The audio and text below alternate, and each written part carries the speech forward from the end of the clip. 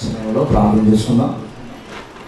వాక్యం నిమిత్తమై ఈ దినము దేవునికి అర్పించనయ్యున్నటువంటి ఈ వారంలో దేవుడికి ఇచ్చినటువంటి కానుకల నిమిత్తమై ప్రార్థన చేసుకుందాం.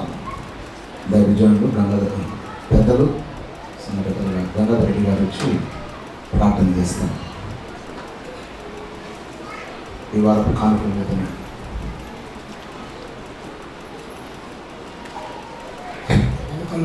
ప్రార్థిస్తాం. మహాపరిశుద్ధులైన ఎంతవరకు మమ్మల్ని కాస్త కాపాడుతుంది వందపడుతుంది. కృపాలు శక్తిని కదా మేము హైదరాబాద్ బిడ్డలు ఉంటుంది వందపడుతుంది. కార్యక్రమం అందరితో తోడి ఉంది వందపడుతుంది. ఇచ్చిన కానుకలు పట్టిన ఏం స్థానించారు, ఏదైతే ఇచ్చిన ప్రభుత్వాన్ని మీకు తెలిసిన ప్రభుత్వాన్ని ప్రతి బిడ్డ గుప్పిడి పిచ్చి హృదయపూర్వకంగా ప్రభా ఈ సన్నిధి వచ్చినందుకు ప్రతి బిడ్డ దీవించండి, సకల సహాయం చేయండి. ఆ కానుకలు అయితే ఏ వ్యవస్థలు ఇచ్చారో నైనా ప్రభా నీ సేవా పశువులు వాడబడడానికి నైనా ప్రభా నీ సేవకుల ద్వారాగానైనా ప్రభావ మేమంతా పరపడిందిగా నాన్న తండ్రి నీ సన్నిధిలో నిలబడేదానికి వల్ల ప్రభా తండ్రి కానుకలు అయితే నైనా తండ్రి కానుకలు అయితే దశభాగాలు అయితే ఏదైతే నైనా ప్రభా ఏ బిడ్డ ఏ సంస్థ ఇచ్చారో మీకు తెలుసు కదా ప్రభా తండ్రి ప్రతి బిడ్డని దీవించండి, కరుణించండి, మాట్లాడే ప్రభా తండ్రి ఆ బిడ్డ తెల్లబచ్చండి ప్రభా తండ్రి చెప్పబోయే వాక్యంలో కూడా నైనా ప్రభా మాలో ఉండి నాయన చక్కగా ఆలకించి హృదయ కలిగించి ప్రభా పోయిన వారంలో జరిగిన వాక్కు నాయన ప్రభా ప్రతి బిడ్డలకి నాటింది ప్రభా నాయన తండ్రి ఎంతో నాయన చక్కగా చెప్పాడు ప్రభా మీ కుమారుడు ప్రభు ఇంకా బలపరిచి నాయన మా హృదయాలన్నీ మార్చి మేము ఇంకా నాయన నేను ఎదగబడినా కూడా దీవించండి బాబు తండ్రి నాయన ఆ బిడ్డ కూడా ఇంకా నేను అభివృద్ధి అయ్యినైనా గొప్ప సేవకుడు నాయన అయ్యినైనా ఇతర దేశాల్లో ఇంగ్లీష్ మాట్లాడినా కూడా దీవించండి వల్ల ప్రభు తండ్రి నాయన గొప్ప సేవకుడుగా మాలో ఉండి నాయన జాని విషయంలో జ్ఞాపకం చేసుకోండి బాబు తండ్రి. అలాగే అయ్యారావు గారు కూడా జ్ఞాపకం చేసుకోండి ప్రభు తండ్రి. మమ్మల్ని అందరినీ కాపరి ఉన్నందుకు అయ్యగారికి వందనాలు అయిన తండ్రి ఏస్తున్నాము తండ్రి.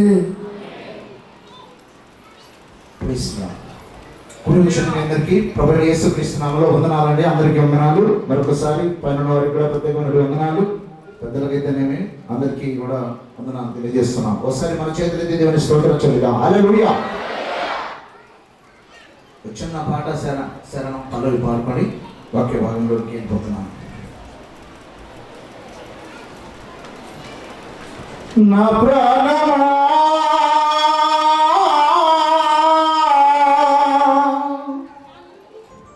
నా ప్రాణమా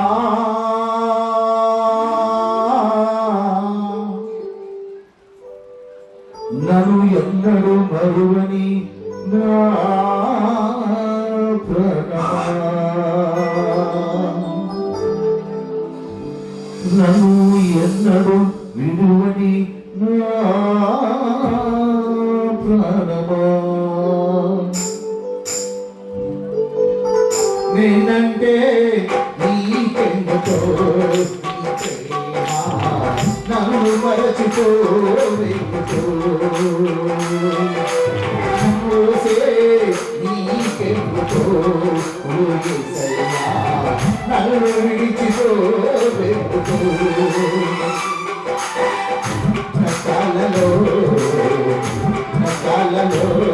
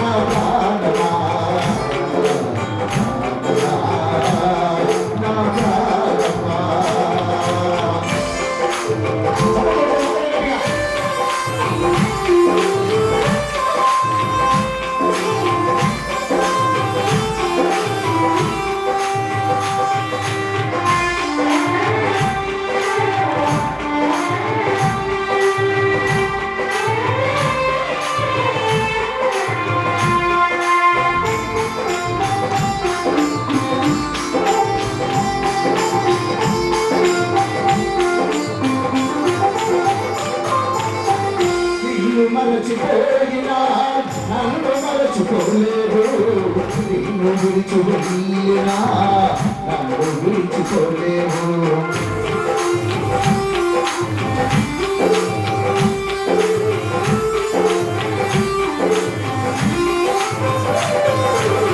నిన్ను మలచిపోయినా నన్ను మలచిపోలేరు, నిన్ను విడిచిపోయినా నన్ను విడిచిపోలేరు.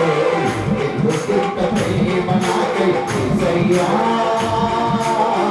ఎందుకింత జాలి నాపై యేసయ్యా, ఎందుకింత ప్రేమ నాకై యేసయ్యా, ఎందుకింత జాలి నాపై యేసయ్యా. ఏ రుణమో నీ భక్తమో కావలేను నీ ప్రేమమో,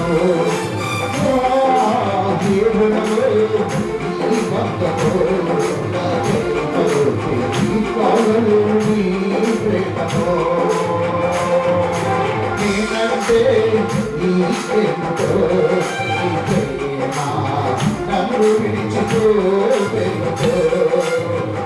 కష్టాలలో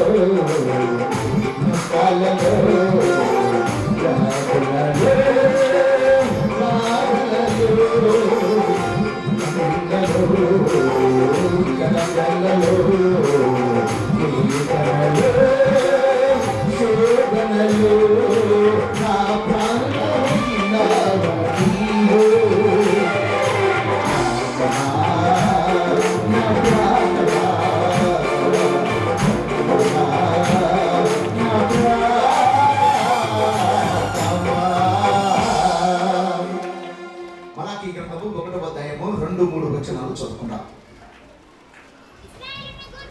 ఇశ్రాయేలు 1వ అధ్యాయము 2-3 వచనాలు. యెహోవా సెలవిచ్చినది ఏమనగా, నేను మీ ఎడల ప్రేమ చూపితిని, అయితే మీరు ఏ విషయమందు నీవు నా ఎడల ప్రేమ చూపితి పొందురు. ఏశావు యాకోబునకు అన్నగాడా, అయితే నేను యాకోబును ప్రేమించితిని, ఇదే యెహోవాకు ఏశావును ద్వేషించితిని. చాలండి. దేవుడు తెలియజేస్తున్నటువంటి మాట జాగ్రత్తగా విందాం. నేను నీ ఎడల కృప చూపితిని, ప్రేమ చూపితిని, నేను నీ ఎడల ప్రేమ చూపి ఉన్నాను. ఎలాగంటారా అంటూ ఏశావు యాకోబుకు అన్నగాడా, అయితే నేను యాకోబును ప్రేమించితిని, ఏశావును ద్వేషించితిని అంటున్నాడు. లెక్క ప్రకారంగా మొట్టమొదటి కుమారుడు జ్యేష్ఠ కుమారుణ్ణి ఎవరైనా ప్రేమిస్తారు. జ్యేష్ఠుడు శ్రేష్ఠుడు, జ్యేష్ఠుడు అనేవాడు శ్రేష్ఠుడు అని అర్థం. అంటే పెద్దవాడిని ఎవరైనా ప్రేమిస్తారు. సహజంగా పెద్ద కొడుకును ప్రతి ఒక్కరు ఎవరైనా, కుమార్తె అయినా కుమారుడైనా పెద్దవాడిని ఎక్కువగా ప్రేమిస్తారు. ఆ ప్రేమ ఎంతవరకు ఉంటుందంటే కొంతవరకు ఉండంగా ఒకడు పుట్టారుగా మళ్ళీ బాధ్యత, ఇంకొకడు పుట్టారు అసలు బాధ్యత, ఇంకొకడు పుట్టారుగా అసలు బాధ్యత, మళ్ళీ తిరిగి లాస్ట్ వాడి దగ్గరికి వచ్చేస్తుంది. మొట్టమొదటి వదిలిపోతుంది, మొదటిది కనపడదవుతుంది, కనపడదు మొదటిది అవుతుంది. అయితే ఇక్కడ చెప్పబడే మాట ఏమిటంటే, లెక్క ప్రకారంగా పెద్దవాడిని ప్రేమించాలి. శ్రేష్ఠుడు అనగా జ్యేష్ఠుడే శ్రేష్ఠుడు. కారణం ఏంటంటే జ్యేష్ఠత్వం కలిగిన వాడే పరలోక రాజ్యానికి వారసుడు. చెప్పండి ఒకసారి. జ్యేష్ఠుల సంఘములో చేర్చబడితేనే పరలోక రాజ్యం. జ్యేష్ఠులు అనగా పెద్దవారు. అలాంటి పెద్దరికములోనికి వస్తేనే దేవునికి ఇష్టలు. అయితే ఇక్కడ గమనించినట్లయితే, నేను పెద్దవాడైనటువంటి యేసేవుని ద్వేషించాను, చిన్నవాడైన యాకోబును ప్రేమించాను అన్నాడు. ఏశావు యాకోబునకు అన్నగాడా, అయితే లెక్క ప్రకారంగా ఏశావును ప్రేమించవలసిన నేను ఏశావును ప్రేమించడం లేదు, ఏశావునే ద్వేషించా, యాకోబును ప్రేమించాను అన్నాడు. ఇక ఈయనను ప్రేమించడం ఏంటి, ఆయన ద్వేషించడం ఏంటి? పెద్దవాడిని ప్రేమించాలి కదా, పెద్ద కుమారుని ప్రేమించాలి కదా, పెద్దవాడే కదా, రేపు అనగా జ్యేష్ఠుడే కదా పరలోక రాజ్యానికి వారసుడు. జ్యేష్ఠుడు అనగా శ్రేష్ఠుడు. ఇంతకు ముందు కాలాలలో పెద్ద కొడుకు 2 భాగాలు వస్తాయి పంపకంలో. ఎంతమందికి తెలుసు ఆ విషయం? తెలిసిన వాళ్ళు ఒకసారి పెద్దోళ్ళు చేతులు తెలిసిన వాళ్ళు. పెద్ద కొడుకు 2 భాగాలు వస్తాయి. 2 మాత్రమే ఎత్తారంటే 11 ఎవరు తెలియదని దాని అర్థం. అంటే పెద్ద కొడుకు 2 భాగాలు వస్తాయి. మామూలుగా పంపకాలలో 4 కొడుకులు ఉంటే 5 భాగాలు పెడతారు. కారణం ఏంటంటే 2 భాగాలు పెద్ద కొడుకు పోతాయి. అది కారణం ఏమంటే ఫస్ట్ నుంచి వచ్చినటువంటి ఫస్ట్ లో పుట్టినటువంటి ఆ పెద్ద కుమారుడు బాధలు భరించి శ్రమలు సహించి అన్ని బాధలు పడి శరీరాలకు పెళ్లిళ్ళు చేసి తమ్ములకు పెళ్లిళ్ళు చేసి మనోడు ఏమో అన్ని పోగొట్టుకొని ఉంటారు. ఆడ అప్పు చేయాలంటే తెచ్చి, ఈడ తీసుకెళ్ళాలంటే తెచ్చి, వారు ఆ పిల్లలు చేయాలంటే ఈ చేయాలంటే అన్ని చేసి పెద్దోడికి ఈ లోపు వీళ్ళందరికీ పెళ్లిళ్ళు చేయగాక మనోడికి కూడా పిల్లలు ఎక్కొచ్చి ఉంటారు. ఇక సంపాదనలో ఉన్నదంతా వాళ్ళగా పెట్టాడు, తను సంపాదించుకోలేక. లాస్ట్ ఇంకా 3-4 అయిన తర్వాత మేము ఏరబోతామని అంటే అందరేమో సంపాదించుకుంటారు, మనోడేమో సంపాదించింది ఆడ పెట్టుంటారు. అందుకని పెద్దవాడికి 2 భాగాలు పంపకం పంచేవాళ్ళు. ఇప్పుడు చేతులు ఎత్తమంటే 2 ఎత్తారు. ఎందుకంటే తెలియలేదో మరి అందరికి చాలా మందికి తెలియనట్టుంది. మీకు తెలియకుంటేనే మంచిది. ఎందుకంటే ఇప్పుడు అలా పంచుకుంటే కుదరదు. ఇప్పుడు పంచుకుంటే అప్పులు వస్తుంటాయి. ఇప్పుడు జ్యేష్ఠుడికి పంచాలంటే 2 అప్పులు పెట్టాలి. అందుకని ఇప్పుడు పంపకాలలో అప్పులు వస్తున్నాయి. అందుకని సమానంగా పనిచేసుకుంటున్నారు. సరే, ఏది ఏమైనా జ్యేష్ఠుల సంఘమే శ్రేష్టమైనది, పరలోక రాజ్యానికి వెళ్ళగలిగే. దేవుడు ప్రేమించేది చిన్న అనగా జ్యేష్ఠత్వంలోనికి రావాలని, పెద్దవాళ్ళుగా ఉండాలని. అన్నిటికంటే మొట్టమొదటిగా పెద్దోడు ఆ రకంలో ఉంటేనే, పెద్దదైతేనే శ్రేష్టంగా ఉంటేనే పరలోక రాజ్యం. ప్రపంచంలో భూలోకంలో ఎన్ని సంఘాలు ఉన్నా ఈ సంఘాలలో జ్యేష్ఠత్వం కలిగిన సంఘం పరలోకానికి వెళ్ళగలుగుతుంది. అదే సార్వత్రిక సంఘం. అంటే అన్ని సంఘాలలో ఉన్న వాళ్ళు దేవుని వాక్య ప్రకారంగా ఎందరైతే నివసిస్తుంటారో జీవిస్తుంటారో వారిలో నుంచి ఏ సంఘంలోనైనా వాళ్ళు ఆ యొక్క సార్వత్రిక సంఘం ప్రభు వచ్చినప్పుడు ఎత్తబడుతున్నప్పుడు అందరూ అందులో కలుసుకుని ప్రభు రాజ్యం రాకడలో ఎత్తబడతారు. ప్రైస్లో హల్లెలూయా. మీకు అర్థం కానట్టుంది. అర్థమైతే సపోర్ట్ కొట్టేవాళ్ళు. వద్దు ఇప్పుడు ఎందుకు ఓకే. ప్రైస్లో హల్లెలూయా. కాబట్టి నా ప్రేమిటి వాళ్ళారా, అయితే ఇక్కడ దాని చేద్దాం. దేవుడు మొట్టమొదటి వాడిని ప్రేమించాలి. ఎవరైనా పెద్ద కొడుకుని బాగా ప్రేమిస్తారు. చెప్పాలంటే మా అమ్మ కూడా నన్ను పెద్ద ప్రేమించేది. ఎంతవరకు 3 కొడుకులు పుట్టారు దాకా. అంతకుముందు నన్ను బలి చూసేది మా అమ్మ. సద్యన్నమ్మ కూడా ఆ రోజులలో ఎక్కువ నా ప్రథమ శత్రువు కొర్రన్నము నా శత్రువు. అట్లాంటిది నేను తిందు కాబట్టి మా అమ్మ రాత్రిపూట ఉరెన్నం వండుతారు కాబట్టి ఆ ఉరెన్నం తెల్లారినాక సద్యన్నం కూడా నా కోసం అన్నకు రా అని పెట్టేది. తర్వాత నేనేం చేసానంటే నాకు ఒకటి చిన్నది, ఇక్కడ ఒకటి చిన్న అంత గడ్డ ఉంటే ఇక్కడ యానం లేదు, నాకు తెలియదు. ఆ హాస్పిటల్కి పోయి చూపిస్తున్నానమ్మా, రోజు కోడిగుడ్డు తినమన్నాడమ్మా డాక్టర్. అంటే సరే నాయన నీ మమ్మ రోజు నా కోడిగుడ్డు పెట్టేది. ఉత్తదే దొంగతనం ఆ మాటలు బట్టి ఎందుకు తినాలని. మా అమ్మ కాడ 20 రూపాయల నోటు రూపాయలు అంటే నమ్మేది. అప్పుడు 100 రూపాయల నోటు 10 రూపాయలు అంటే నమ్మేది. అట్లా తీసుకొని ఉండేవాడిని. నన్ను భలే ప్రేమించేది. ఉండంగా నా పెద్ద కొడుకు అని ఒక్కొక్కడు పుట్టిన తర్వాత పెద్ద కొడుకును వదిలేసింది.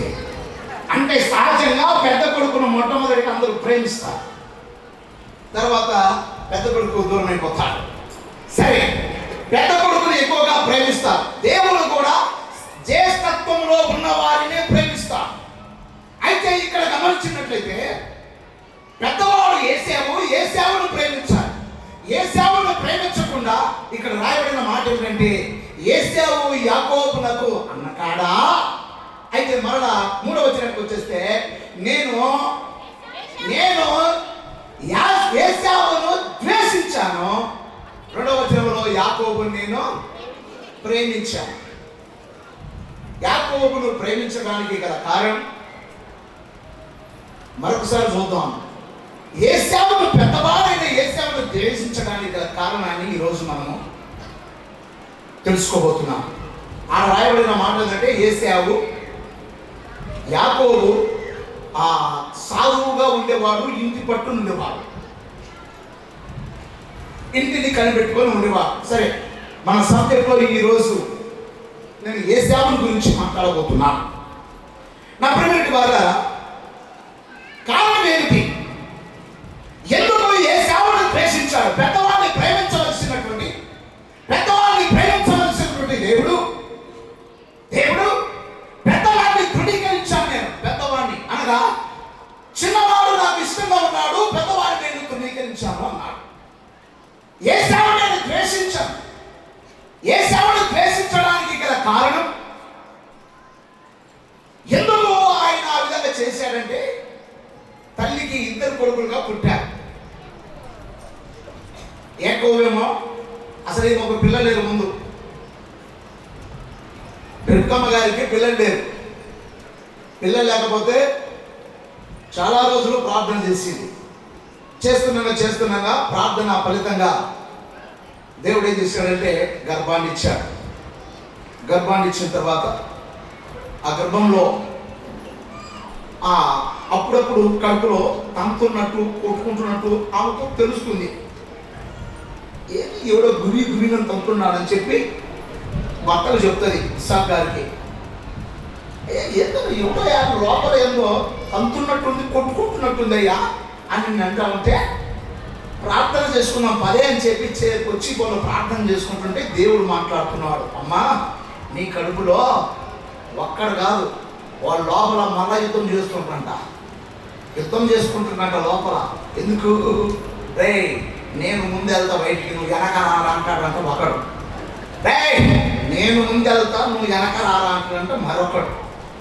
వీళ్ళిద్దరు నువ్వు అంటే కొట్టుకుంటున్నట్ట. ఎందుకు? జ్యేష్ఠత్వం కోసం. చెప్పారు కదా, జ్యేష్ఠుడు శ్రేష్ఠుడు. కాబట్టి నన్ను పెద్ద కొడుకాన్ని పిలిపించుకోవాలని ఒకరికి, వాడేమంటే నన్ను పెద్ద కొడుకాన్ని పిలిపించుకోవాలని మరొకడు.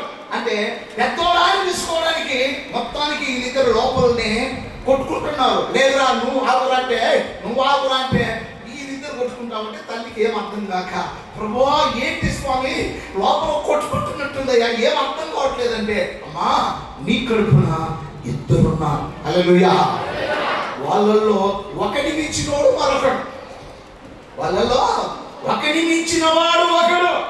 చదవండి ఆదికాండం 25వ అధ్యాయము 23వ వచనం.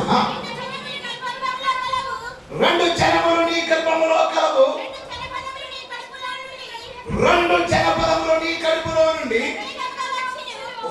వచ్చును. ఒక జనము పదం కంటే మరొక జనపదము బలిష్టమయ్యుడును. పెద్దవాడు చిన్నవానికి దాసుడగునని చెప్పాను. చాలు ఇది ఈ నుంచి వచ్చింది అవారం. మనకి ఇంకా జాగ్రత్తగా విందాం. ఎవరు జాగ్రత్తగా వింటే ఈ నుంచి అనేక ఆశీర్వాదాలు మోసుకొని వెళ్తా. చప్పట్లు కొడతాం ఒకసారి. ఈరోజు అనేక ఆశీర్వాదాలు మోసుకొని వెళ్తాం. ప్రేమటి వాళ్ళారా, పెద్దవాడు చిన్నవాడికి దాసుడు అవుతాడు అని చెప్తున్నారు ఇక్కడ. ఎందుకు? కారణం ఏమిటి?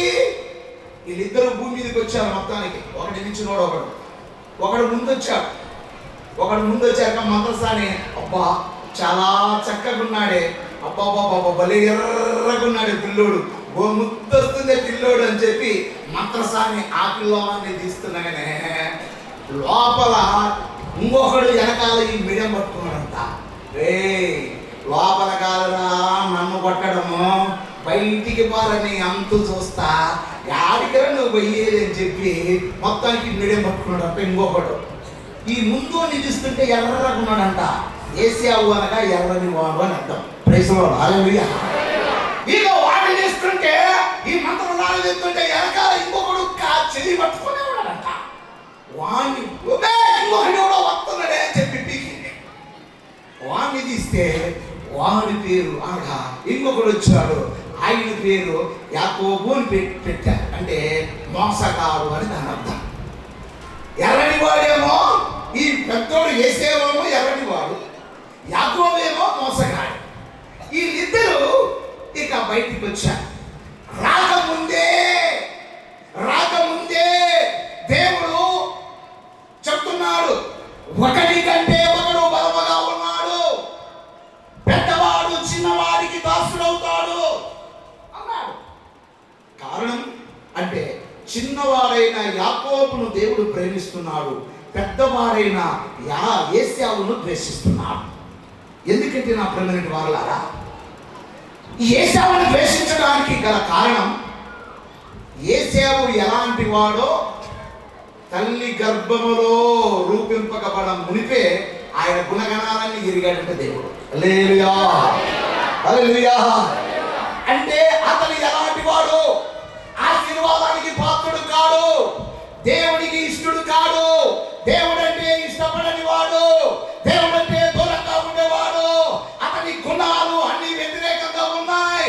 అంటే దేవుడు భూమి మీదికి ఆ యొక్క పిల్లవాడిని ఏసేవు రాకమునిపే, అంత మాత్రమే కాదు, తల్లి గర్భములో పిండముగా ఉన్నప్పుడే, అంత మాత్రమే కాదు, తల్లి గర్భములో పిండముగా రూపింపబడక మునిపే ఆ కణములు, ఆ యొక్క కణము పిండముగా రూపింపబడక మునిపే ఇతను ఎలాంటి వాడు దేవుడికి తెలుసు. చెప్పకూడదా? అంటే నీవు నేను ఎలాంటి వారమో మనం పుట్టక ముందే మన దేవుడికి తెలుసు. హల్లెలూయా, హల్లెలూయా. కాబట్టి ఆయనకు అన్నీ తెలుసు. చదవండి ఒక్కసారి. మనం చదివినట్లయితే కీర్తనల గ్రంథం 139వ అధ్యాయం 16 వచనం ఒకసారి మనం చదువుకుందాం. నేను పిండమునై ఉండగా నీ కన్నులు నన్ను చూచెను. నేను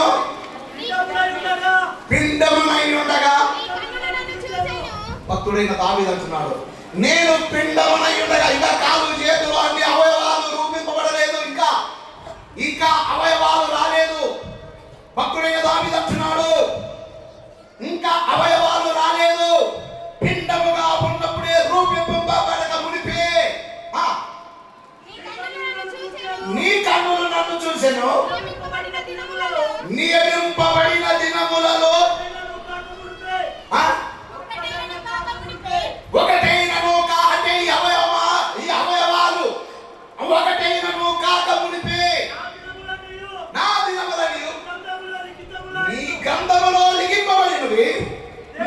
దేవా, చాలు చాలు చాలు. మనము రూపింపబడక మునిపే మన గురించి మొత్తం ఆయన ఎరిగి ఉన్నాడు దేవుడు. అంటే నిన్ను నన్ను ఈ భూమి మీద మనం ఈ రకంగా ఉన్నామంటే ఒక ప్రణాళికతో దేవుడు అన్ని చేసి మన తల్లి గర్భంలోనే ఆ విధంగా వేసేస్తాడు. హల్లెలూయా, హల్లెలూయా. కాబట్టి ఇప్పుడు దేవునికి మన ద్వారా మరుగై ఉన్నది ఏది కూడా లేదు, మొత్తం ఆయన చేతిలో ఉంది. మనం ఎలా ఉండాలో, ఏ విధంగా ఉండాలో, ఎట్ట ఉంటామో, ఎట్ట ఉండకూడదు అన్ని కూడా ఆయన దగ్గర ఉంది. ఇప్పుడు మన శరీరం అంతా అందుకే మనము లేచుట, కూర్చుండుట, తినుట, పండుకుంటుట ఆయనకు తెలియకుండా ఏది లేదంట, మొత్తం జరిగాయి. హల్లెలూయా. కాబట్టి నా ప్రియమైన వారలారా, ఆయన మన సంగతులన్నీ దేవుడికి ముందుగానే తెలుసంట. మన సంగతులన్నీ దేవుడికి ముందుగానే ఎరిక. ఆయనకు తెలియదు ఏమీ లేదు. ఈ యొక్క ఏశావుని గురించి కూడా పుట్టిన ముందే, పుట్టిన తర్వాత ఏశావు ఎలాంటి వాడు, పుట్టిన తర్వాత ఏశావు ఏ రీతిలో అన్ని విధాలుగా ఆ వ్యతిరేకంగా దేవునికి ప్రజలకు ఏ విధంగా ఉండబోతున్నాడో అతను పుట్టక ముందే ఎరిగాడంట దేవుడు. హల్లెలూయా. అతను పుట్టక ముందే ఎరిగాడంట దేవుడు. ఇర్మియా గ్రంథము 1వ అధ్యాయం 4వ వచనం ఒకసారి మనం చదువుదాం. గర్భములో నిన్ను నేను రూపింపక మునిపే నిన్నెరిగి తిని. చాలు చాలు చాలు. గర్భములో నిన్ను రూపింపక మునిపే నిన్నెరిగి తిని. ప్రేమటి వారారా, దేవుడు మనల్ని ఎరిగిన దేవుడు. ఒకసారి స్తోత్రం చెప్తామా? దేవుడు మనల్ని ఎరిగిన దేవుడు. ఎప్పుడు? ఇప్పుడు కాదు, ఇప్పుడు భూమి మీద ఉన్నప్పుడు కాదు. ఆయన మనము గర్భములో, మన తల్లి గర్భములో ఉన్నప్పుడే మన గురించి ఆయనకు తెలుసంట. హల్లెలూయా. మన తల్లి గర్భంలో మనం ఉన్నప్పుడే మన గురించి అన్ని ఒక ప్రణాళిక వేసి మన తల్లి గర్భంలో వేసేసాడు. కాబట్టి నా ప్రియమైన వాళ్ళారా, దేవునికి అన్నీ తెలుసు, అన్నీ తెలుసు. అందుకనే ఏశావును గురించి తెలిసి, ఏశావును గురించి ముందే తెలుసు. నేను అందుకనే ఏశావును ద్వేషించాను అన్నాడు. ఏమిటి? ఏశావుల గురించి ఎందుకు ఆయన ద్వేషించడానికి గల కారణం అంటే, ఆయన అన్ని గుణాలు ఏశావులో చూశాడు కనుక ఆ గుణాలలో ఆయనకి ఇష్టమైనవి, ఇష్టము కానివి కొన్ని ఉన్నాయి. వాటిలలో ఈరోజు నేను 3 గుణాలను నీకు వివరించబోతున్నాను. దేవునికి స్తోత్రం. ఆయనకు ఇష్టపడని ఏశావులో ఏమి చూశాడు ఆయన? ఎందుకు ఏశావును ద్వేషించాడు? ఏశావును ప్రేమించకుండా ఉండడానికి గల కారణం ఏమిటి? ఏశావును ద్వేషించడానికి గల కారణాలు ఏమిటి అంటే, ఆయనలో ఏశావులో ఆయన ఒక కొన్ని గుణాలు చూశాడు. దేవునికి వ్యతిరేకమైనవి, దేవునికి ఇష్టము కానివి ఆయన చూశాడు. వాటిల్లో ఈరోజు ఒక 3 నేను మీకు వివరించబోతున్నాను. ఆ 3 గుణాలను మనము ధ్యానించబోతున్నాం. ఎందుకు ఆయన ఇష్టముగా ఉండకుండా అనగా ద్వేషించబడడానికి గల కారణం 3 గుణాలు. ఈనాడు నీవు నేను కూడా ఇలాంటి స్వభావాలు, ఇలాంటి గుణాలు కింద ఉంటే దేవుని ద్వారా మనము కూడా ద్వేషించబడతాం. హల్లెలూయా. గట్టిగా చెప్తామా? కాబట్టి భక్తుడైన ఏశావును అనగా ఏశావుని మన ముందు ఉంచాడు. ఆయన ఒక ఛాయగా మన ముందు ఉంచాడు. మనకు నిజ స్వరూపాన్ని చూపిస్తున్నాడు. ఆయన ఒక ఛాయ, మనము నిజ స్వరూపం. అంటే ఆయన లేకుండా ఆయన గురించి మనకు అన్ని విధాలుగా తెలియజేస్తున్నాడు. మనం ఎలాగ ఉండాలో దాన్ని బట్టి మనం తెలుసుకోవాల్సిన విషయాలు ఉన్నాయి. నా పరిగణటి వారులారా, అందుకనే ఇక్కడ ఆ 3 గుణాల గురించి, ఆయన 3 గుణాలను, ఆయనలో చాలా కొన్ని గుణాలు ఉన్నాయి. ఆ గుణాలను బట్టి ఆయన ద్వేషించడానికి గల కారణం, ఏశావు ద్వేషించబడడానికి గల కారణం, వాటిలో 3 గుణాలను నేను వివరించబోతున్నాను. వాటిలో నెంబర్ 1 గర్విష్ఠుడు అంటే ఆయన. Praise the lord. Hallelujah. Number 2 మృగ స్వభావము కలిగిన వాడు, జంతు స్వభావము కలిగిన వాడు అంట. నెంబర్ 3 తిండిపోతు. నెంబర్ 1 ఏంది చెప్పాలా? నెంబర్ 1 చెప్పాలా? నెంబర్ 1 రేపటి నుంచి ఇక్కడ బోర్డు కూడా పెట్టేశాక, బోర్డు పెట్టి మొత్తం అర్థమైతే చేస్తా. నెంబర్ 1 గర్విష్ఠుడు. నెంబర్ 2 జంతు స్వభావం కలిగిన వాడు, అనగా మృగ స్వభావం కలిగిన వాడు. మృగము అంటే అది మామూలుగా ఇంకొకరు పదంలోకి వెళ్ళిపోతుంది, కానీ జంతు అంటే మన వాట పదంలోకి వెళ్ళిపోతుంది. మృగము అనేది లిపిలో మంచిగా ఉండేది, మంచి పదము. కాకుంటే మన మొరటి పదముగా వాడుక పదములుగా వచ్చేసరికి జంతువు అని వాడుకోవచ్చు. అంటే జంతు స్వభావము కలిగిన వాడు. నెంబర్ 3 ఏంటంట? తిండిపోతు. ఈ 3 నేను ముచ్చటగా 3 మాటలు చెప్పి ముగించేస్తాను. జాగ్రత్తగా ఇందామా? ప్రార్థించకపోయినా పలకరిస్తూ ఉంటావు, మాట వినకపోయినా కలవరిస్తూ ఉంటావు.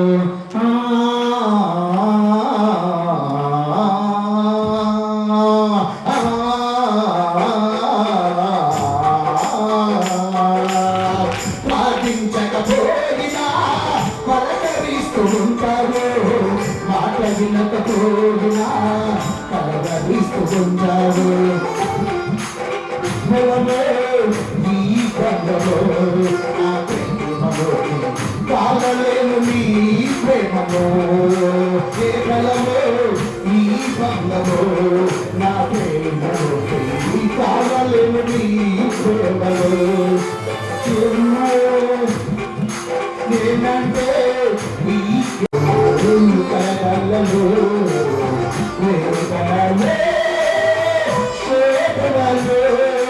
నా ప్రాయమైన నీవు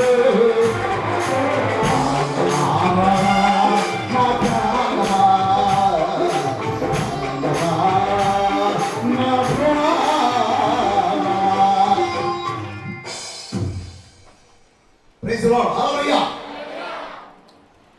ఈ 3 విషయాలు మనం ఇప్పుడు ధ్యానించుకోబోతున్నాం.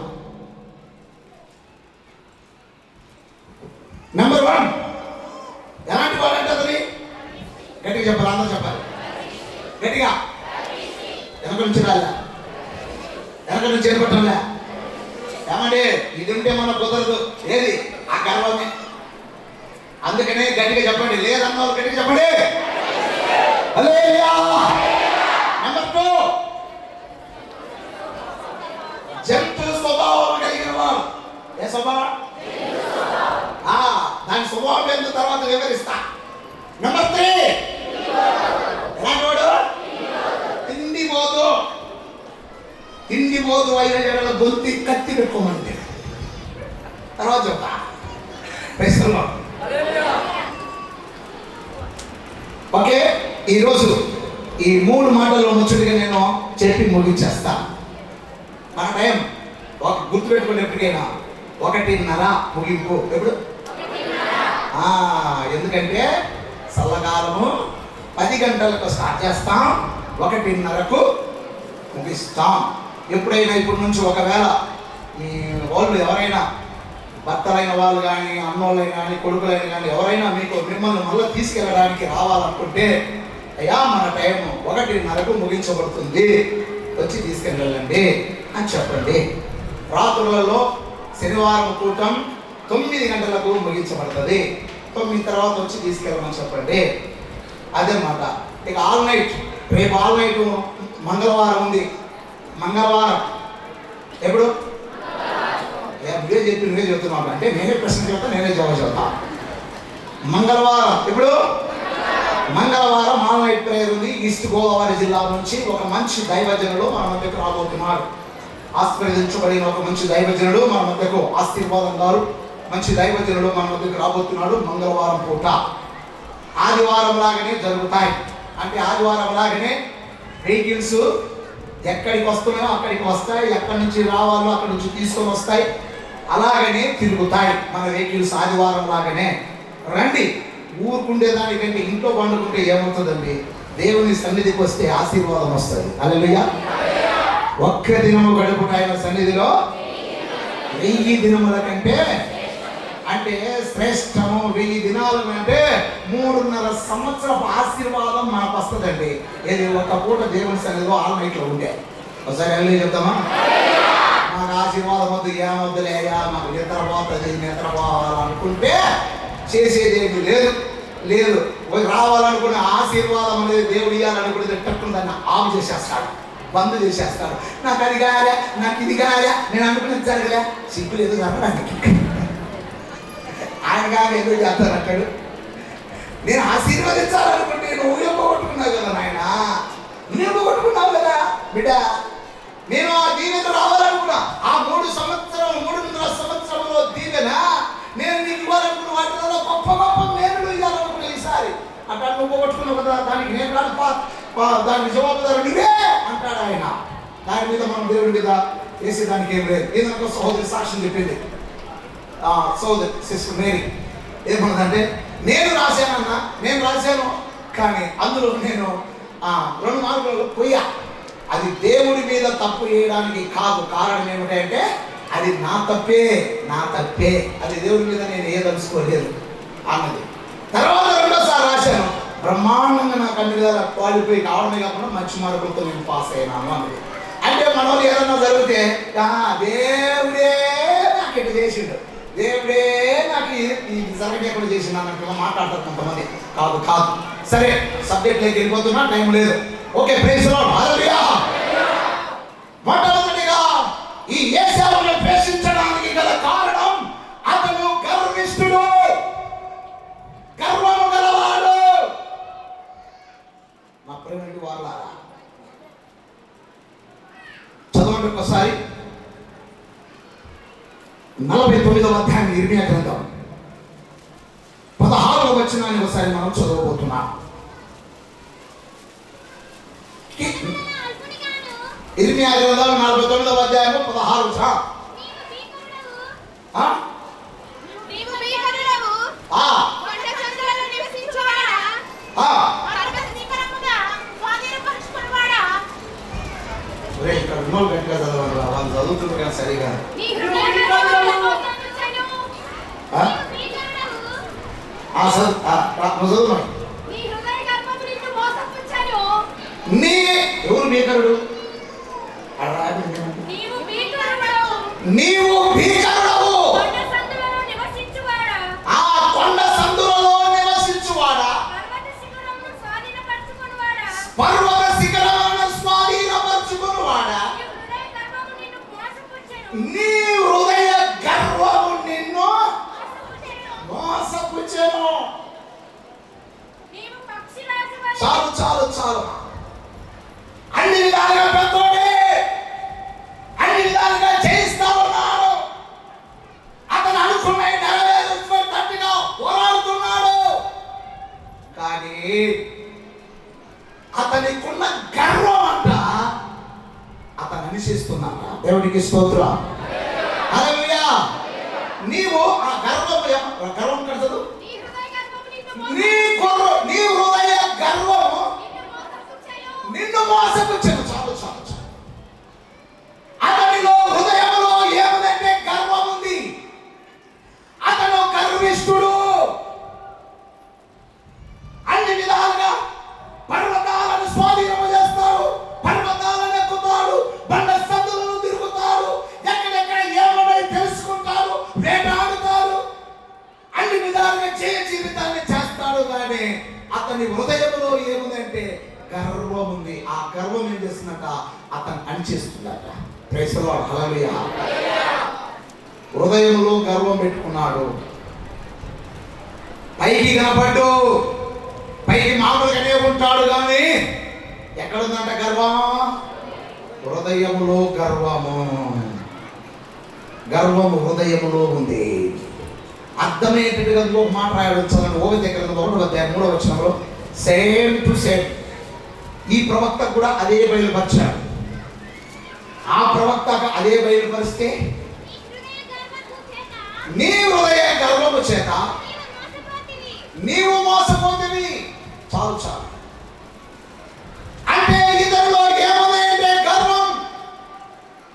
సామెతల గ్రంథంలో మనకు తెలిసిన మాట ఏంటంటే 16వ అధ్యాయం 18వ వచనంలో నాశనమునకు ముందు గర్వము నడుచును. చాలు చాలండి. గర్వము ఉంటే దాని అర్థం ఏమైపోద్దంటే పతనమైతున్నాడు అని దాని అర్థం. గర్వం ఉంటే గర్వపడితే నాశనము రాబోతుంది అని దాని అర్థం. కనుక దేవుని దేవమైన మనము అలాంటిది మనకు దూరం అవునుగాక. ఆమేన్. హల్లెలూయా. అందుకనే ఈ యొక్క గర్వం అనేది 2 రకాలుగా ఉంటుంది. ఈ 2 రకాలలో 2 రకాలుగా ఉంటుంది గర్వం. ఒకటేమో పైకి అహంభావంగా కనపడుతుంది గర్వం. వాడంత ఈడంత అసలు నేనంటే ఏమనుకున్నాడు వాడు, అసలు నా ఖాతాన్ని నా కాకానమేంది, నేనంటే వాడికి లెక్కలేదా అని చెప్పి పైకి చూపించే గర్వం ఒకటి. రెండో గర్వం ఎక్కడ ఉంటుంది అంటే, రెండోది మనస్సులో ఉంటుంది, హృదయంలో ఉంటుంది. మనస్సులో ఉంటుంది గర్వం. మనసులో ఉన్నది బోడి ఏం చేయండి. హల్లెలూయా. పైకి కనపడితే పర్వాలేదు, కానీ మనసులో ఉంటే గర్వం బోడి డేంజర్, అది కనపడదు. ఏంటంటే మనిషిలో ఉన్న మర్మం, మానులో ఉన్న సేవ ఎవరికీ తెలియదంట. మనిషిలో ఉన్న మర్మం ఎట్లాంటి అంటే పైకి మామూలుగానే ఉంటాడంట, పైకి మామూలుగానే ఉంటాడంట. లోపల చేసేది ఎవరికి తెలియదంట. లోపల ఏ విధంగా ఎవరిని కోల్చాలో, ఎవరిని పతనం చేయాలో, ఏ విధంగా నాశనం చేయాలో, ఏ విధంగా కోల్చాలో చేసేదానికి లోపల నుండి చేసేది తెలియదంట. మామూలు కూడా సేవ ఎంత ఉందో తెలియదంట, నరుకితే తప్ప. కాబట్టి పైకైనా ఒకరికి పేరు పడొచ్చేమో కానీ లోపల గర్వం ఉంటే మాత్రం అది చాలా డేంజర్. ఈ యేసావు ఎలాంటి వాడంటే లోపల గర్వం ఉండేవాడు. హల్లెలూయా. పైకి కనపడ్డు, లోపల గర్వం ఉంది. అహంభావం ద్వారా వచ్చే గర్వం వేరు, మనసులో ఉంచుకొని ఆ మనసులో ఉంచుకొని బయలుపరిచే గర్వం వేరు. ఈ రెండవ స్వభావం కలిగిన వాడు యేసావు. మనస్సులో గర్వాన్ని పెట్టుకునేవాడు యేసావు. మనస్సులో గర్వాన్ని పెట్టుకొని కూలద్రోయాలను చూసేవాడు యేసావు. ఉదాహరణ చెప్తాను ఒక మాట. ఉదాహరణ చెప్తున్నా. తండ్రి దగ్గరికి వచ్చాడు, తండ్రిని మోసం చేశాడు, ఆశీర్వదించాడు. తండ్రి ఎవరిని? యాకోబును ఆశీర్వదించాడు. తర్వాత యేసావు కూడా వచ్చాడు ఇస్సాకు దగ్గరికి. నాన్న ఇంకా నన్ను ఆశ్రయించిన అంటే వరే ఇప్పుడు వచ్చినోడు వాడు. నాన్న వాడు చిన్నోడు ఏం వచ్చు నాన్న, యాకోబు గారు వాడు ఏం వచ్చు నాన్న అంటే, ఒరే పెద్దోడా నేను వాడు వచ్చాడురా, నువ్వేనని చెప్పాడు, అందుకే నేను ఆశ్రయించాను ఆయన అంటే, సరే నాన్న ఇంకా ఏమన్నా ఆశీర్వాదాలు లేవా, ఏదన్నా ఉంటే నన్ను ఆశీర్వదించినానా, నీ ఆశీర్వాదం నాకు కావాలని ఇస్సాకు దగ్గరికి వచ్చాడు తండ్రి దగ్గరికి. ఇంకా నా దగ్గర ఏం లేవు ఆశీర్వాదాలు, నేను ఆశీర్వదిస్తాను. ఎలాంటి ఆశీర్వదిస్తానంటే నువ్వు చిన్నోడికి దాసుడు అవుదు కాక అని చెప్పి ఆశీర్వదిస్తాడు. సరే నాన్న ఏడుస్తాడు అని ఇంకా మౌనంగా ఉంటాడు. మాట్లాడటంలే, వాళ్ళ అమ్మతో మాట్లాడటంలే, తమ్ముడితో మాట్లాడటంలే. ఇక ప్లాన్ వేస్తా ఉన్నాడు. ఎట్లా ప్లాన్ తెలిసిన, ఈడు నన్ను మోసం చేశాడు కనుక ఈయన్ని నేను ఎట్లా చంపాలా అంటే, ఇక తమ్ముడిని నన్ను మోసం చేశాడు అంటే లోపల ఉంచుకున్నాడు. పైకి సరేలేనా, అరే తమ్ముడా శబాసురా, నువ్వు నాన్న దగ్గర ఆశీర్వాదం పొందుకున్నావు సరేలేరా అన్నాడు. అయ్యో ఏమనుకోబాబు పెద్దోడా అని చెప్పి వాళ్ళ అమ్మ అంటుంది. సరేలేమా పోనీలే, వాడు కూడా మన తమ్ముడే కదా అన్నాడు. ఇక రాత్రి ప్లాన్ వేస్తున్నాడు. ఏమని? ఒక ముద్దు కత్తి తీసుకొని, మామూలు కత్తి అయితే కబక్కిన చరబడి దూరి చచ్చిపోతాడని, ముద్దు కత్తితో పొడితే అది కస తేరది బాగా ఒక ముద్దు కత్తి తీసుకొని ఇక ఈయన్ని నరికి సంపాలని ప్లాన్ వేస్తా ఉన్నాడు. అంటే లోపల ప్లాన్. అది యాకోబు తిరిగాడు.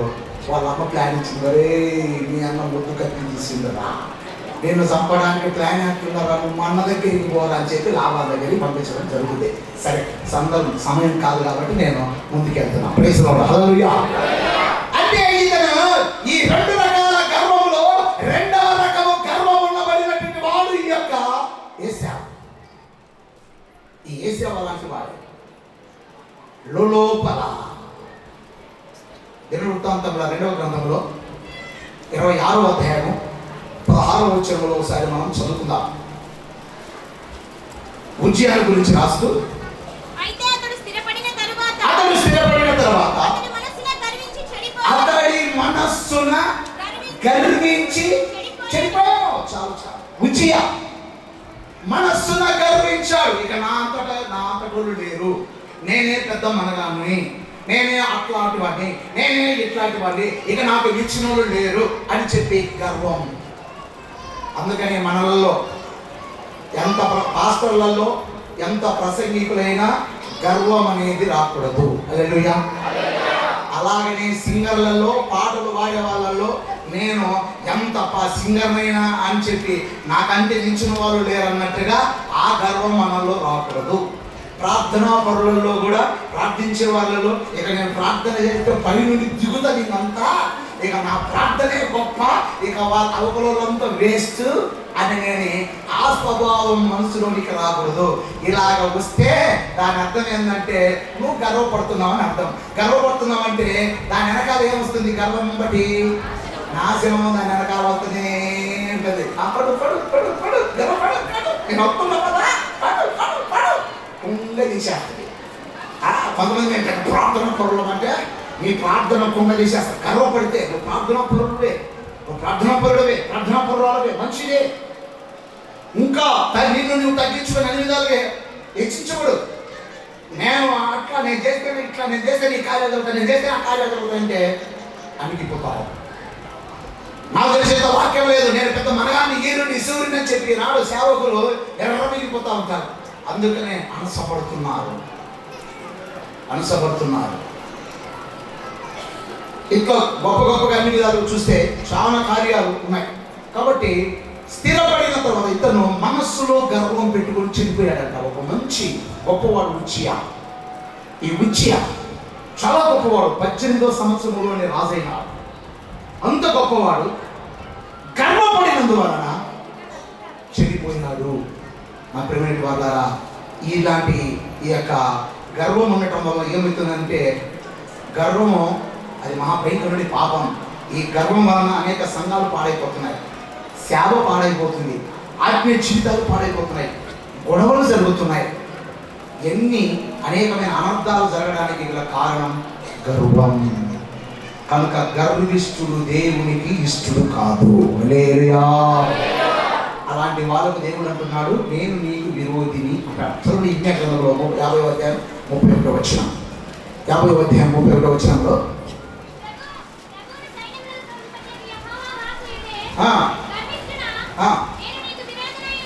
నేను నీకు గర్వించినందున నేను నీకు విరోధినై ఉన్నా.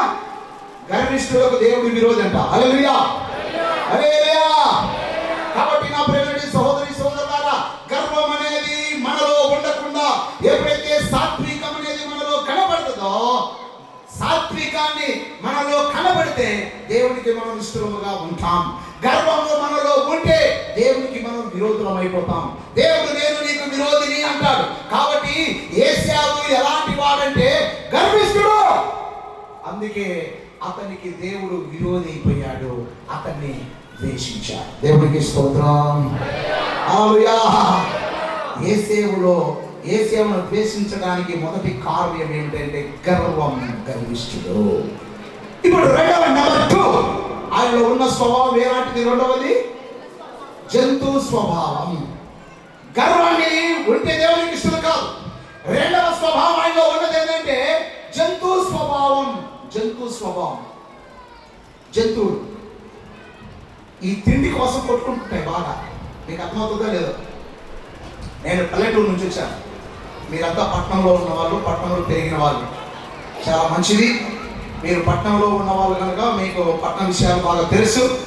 నేను పల్లెటూరు నుంచి పట్టణానికి వచ్చాను అంటే నేను కింది నుంచి పైకి వచ్చాను. దేవునికి స్తోత్రం. పై నుంచి కిందికి రాకుండా నేను క్రింద నుండి పైకి వచ్చినటువంటి వాడిని.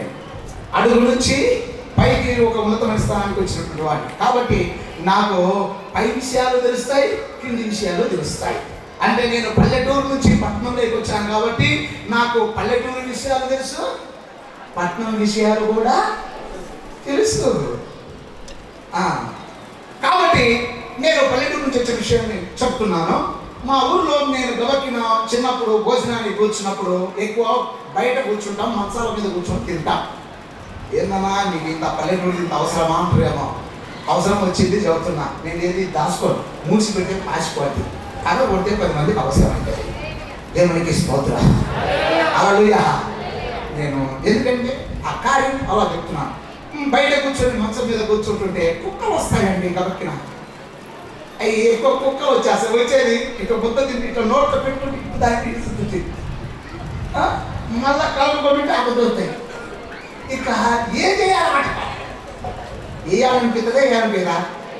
వేయాలనిపిస్తుంది. పాపం వచ్చినాయిలే అని చెప్పి ఒక ముద్ద విసికి 2 కుక్కలు వస్తే ఆట ఒకటి వేసి మళ్ళా విసికి ఒకటి చేస్తే ఈ కుక్క 2 ఆడికి పోయి ఒకటి తింటా ఉంటుంది. ఒకటి తింటా ఉండేది. ఈవలేసేసాక ఆ తినేది కూడా వదిలిపెట్టి ఈ కుక్క దాన్ని పట్టుకుంటే తినేది కూడా వదిలిపెట్టి మనం దీని మీదకి వచ్చి పడుతుంది. బౌ బౌ బౌ అని అంటే దీనికి అది కావాలా ఇది కావాలా అంటే కుక్కలు తిండి కాడు కొట్టుకుంటాయి. హల్లెలూయా. ఇది ఈ కుక్కల స్వభావం, జంతు స్వభావం. సరే కుక్కలు అంటే పక్కన పోదాం. ఇంకో విషయం మీకు వివరిస్తాను. నేను మా దగ్గర లేవు కానీ ఎద్దులు, మా దగ్గర ఎక్కువ బర్రెలు ఉన్నాయి. మా అమ్మ గడ్డి చాలా, మా అమ్మ పెద్ద మూట తెస్తుంది గడ్డి. ఆమె తెస్తే ఎవరు మా ఏరియాలో అంత మూట మోయలేరు, అంత గడ్డి తేలేరు.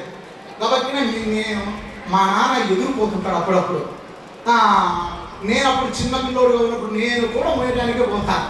ఆ ఎదురు అందుకుందామంటే పెద్ద మూట తీసుకొస్తుంది గడ్డి తెచ్చినప్పుడు 2 బరిగొడ్లకు గడ్డి అంటే ఒకే స్థలంలో వేస్తే అవి ఏం చేస్తాయి తెలిసిన 2 కొట్టుకుంటాయండి. వేసిన ఈ సాయంగా తిందు. మా తాతోళ్ళు ఉన్నారు, వాళ్ళు 12 గంటల సేద్యాలు ఉన్నాయి. మా అమ్మోళ్ళ నాన్నోళ్ళకు వాళ్ళు చాలా పెద్ద భూస్వాములు. వాళ్ళు భూస్వాములు. అప్పుడు నాకు తెలిసినప్పుడు దాదాపు 50 ఆవులు ఉన్నాయి. తర్వాత 12 గంటల సేద్యం ఉంది, చాలా పెద్ద పొలం ఉంది వాళ్ళకు. అలాంటి అక్కడి నుంచి వచ్చింది మా అమ్మ. కాబట్టి నేను 4 గేదెలు ఆ ఎద్దులు కాయడానికి కూడా కొన్నిసార్లు నేను పోయి ఆ కొండకు కాకర్లలో పోతే అవి పొడుచుకుంటుంటే పరిగెత్తిన ఊరికి లేకి అట్లా ఎద్దులు కూడా కాయటానికి పోయా మా ఎద్దులు. సరే ఈ ఎద్దులకు ఘాట్లో వేస్తే గాడి కడతారు, ఘాట్లో ఈ గడ్డేస్తే సరిగా తినమంటే అవి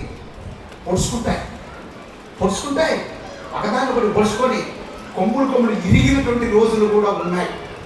అంటే వీటి స్వభావం ఏంటంటే తిండి కోసం పరిగెత్తే స్వభావం జంతు స్వభావం. హల్లెలూయా. ఇంకొక విషయం చెప్పాలంటే ఈ కుక్క స్వభావం ఎక్కడంటే తెలిసినా ఇది తిని ఎంత పెట్టినా తింటనే ఉంటుంది, మళ్ళా కొట్టుతూనే ఉంటుంది, మళ్ళా కట్టింది కూడా ఏదైనా వచ్చి తింటనే మళ్ళా తింటనే ఉంటుంది. చీ కదా ఇలాంటి స్వభావము ఈ యొక్క జంతువు స్వభావము. ఇంకొక విధంగా చెప్పాలంటే పంది. ఈ పంది స్వభావం కూడా అది కూడా తిండి కోసమే తిరుగుతుంటుంది. ఎక్కడ సెంటు ఉంటుందా, ఎక్కడ అత్తర్ ఉంటుందా అని తిరుగుతుంటుంది. అది సెంటు కోసము అత్తర్ కోసమే తిరుగుతుంటుంది. పంది కూడా తిండి కోసమే దాని స్వభావం అంత మాత్రమే కాదు, యాడ మొదల కనపడితే ఎంత దాన్ని శుభ్రం చేసినా మళ్ళా ఎగిరి వరదలోకే పోతుంది. ఈ స్వభావము జంతు స్వభావము. అలాంటి స్వభావము ఏశావులో కనపడుతుంది. చెప్పడం ఒకసారి ఏశావు దేశించబడడానికి గల కారణం జంతు స్వభావం కలిగిన వాడు. అతడు వేటాడుట ఎంతో నేర్పరి అయి చదవండి ఆదికాండం 25:27 ఆ చిన్నవారు ఎదిగినప్పుడు ఏశావు వేటాడుట ఎందు నేర్పరి అయి అరణ్యవాసిగా ఉండను. చాలు అంటే ఈ ఏశావు అరణ్యవాసి. ఎప్పుడు అడవిలో తిరిగేవాడు. అడవిలో ఏముంటాయి? అడవిలో ఏముంటాయి? గట్టిగా చెప్పాలి. అడవిలో ఏముంటాయి? జంతువులు ఉంటాయి. అంటే ఎంతసేపు జంతువులతో సావాసం చేసేవాడు ఏశావు. అందుకే ఏశావు అంటే ఇష్టం లేదు దేవునికి. హల్లెలూయా. జంతువులతో సావాసం చేసేవాడికి దేవునితో సావాసం చేసేవాడికి తేడా కనపడుతుందా లేదా చెప్పాలా? జంతు స్వభావం జంతువులతో సావాసం చేయాలంటే ఎప్పుడు చూసి వేటాడుతుందో అడవిలో తిరుగుతుంటాడు గాలుడు. ఎప్పుడు ఇంటి కాకుండా ఊళ్ళో ఎల్లప్పుడు ఎంతసేపు అడవిలో తిరిగి ఏమంటారంటే వాడి పేరు చెప్పాలంటే గాలివాడు. అందుకే కదా మన వాళ్ళు అప్పుడప్పుడు పేరు పెట్టుకుంటున్నాం కదా. నా దగ్గరికి కూడా వచ్చి చదువుతాడు, అన్న నా కొడుకు నా మాటలే చెప్తాం లేదన్నా, వాడిని గురించి ప్రార్థన చేయన్నా అంటే ఏం పేరు చెప్పక ప్రార్థన పెడతంటే వాడి పేరు గాలే అన్న. వాడి పేరే గాలే. వాడు గాలి దగ్గర క్యాన్సర్ వాడి ఇంటి పట్టు కూర్చోడిగా తల్లిదండ్రుల మాట ఎదిగింటాడు. వాడు పేరే పెట్టింది గాలేయ.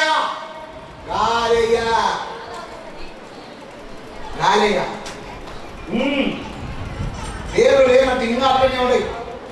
గోడయ్యా ఏమంటావు? ఏడు గోడే అడుగు చేసిన గోడే గోడే అంతకంటే చక్క పేరు గోడే గోడే. ఆయన పేరు మార్చాలి. దేవుని స్తోత్రం. హల్లెలూయా. కొండయ్య. సరే కొండ అంటే బాగా ఎత్తుది అనుకుందాం. ఇచ్చేది ఎక్కడా? ఇచ్చేయ ఇచ్చేయ పైన పైన పైన ఉన్నాడంట. పేరు ఉన్నాడండి, పెద్దోళ్ళు పెట్టుకుని పేరు. సరే అదైతే బాగుడు. పెంటయ్య. ఇంక లేదు పేరు. పెంటయ్య పెంటయ్య పెంటయ్య.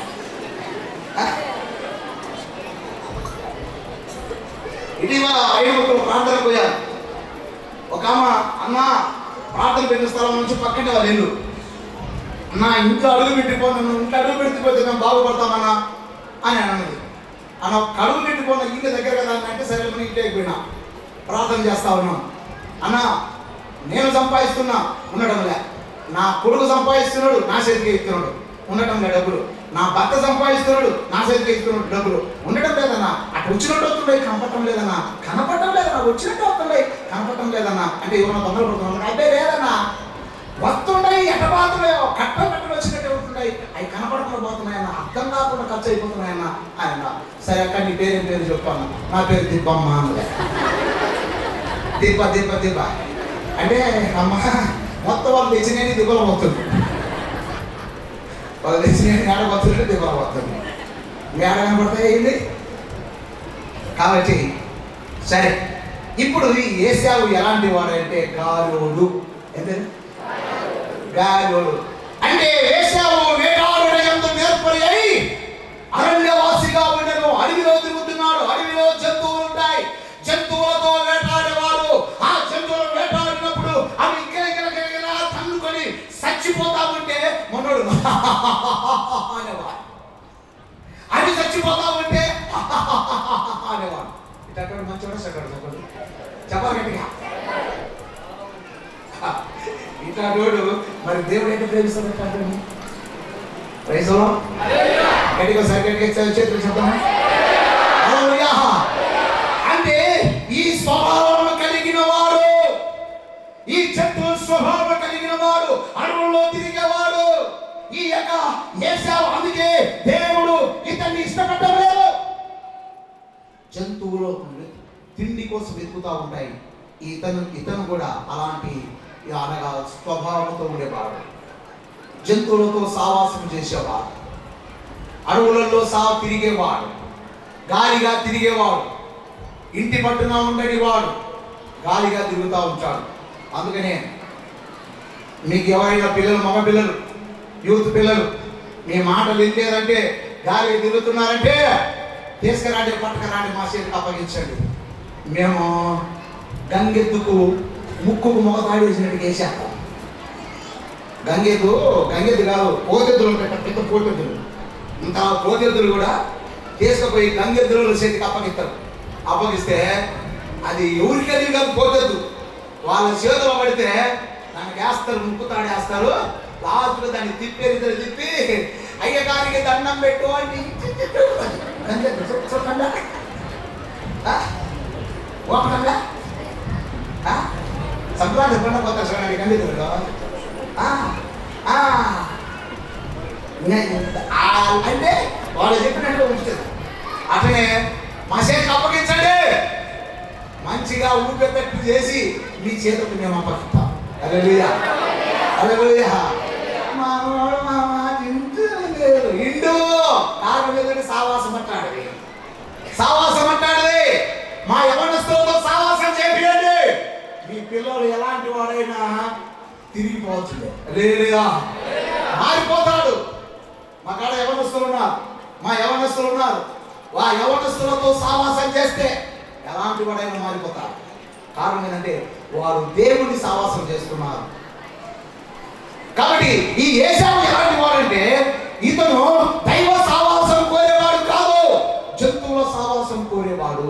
అందుకనే ఏసేవ అంటే దేవుని దృష్టిలో ద్వేషించబడ్డా. దేవునికి స్తోత్రం. దైవ సావాసం విలువ అతనికి ఏం తెలుస్తుంది తెలియదు. యోబు గ్రంథం 22వ అధ్యాయం 1వ వచనం చదవండి ఒకసారి.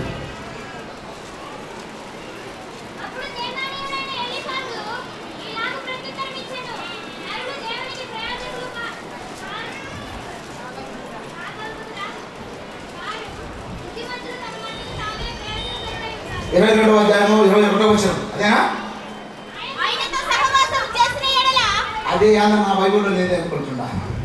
ఆయనతో సహవాసం చేసిన యెడల ఆయనతో సావాసం చేసిన యెడల మీకు సమాధానము కలుగును. మీకు సమాధానము కలుగును. కొట్టు చప్పట్లు ఇప్పుడు ఒకసారి. దేవుని బిడ్డలతో సావాసం చేస్తే సమాధానం.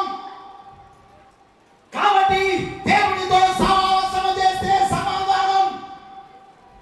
మీరు ఆయనతో సావాసం చేసిన యెడల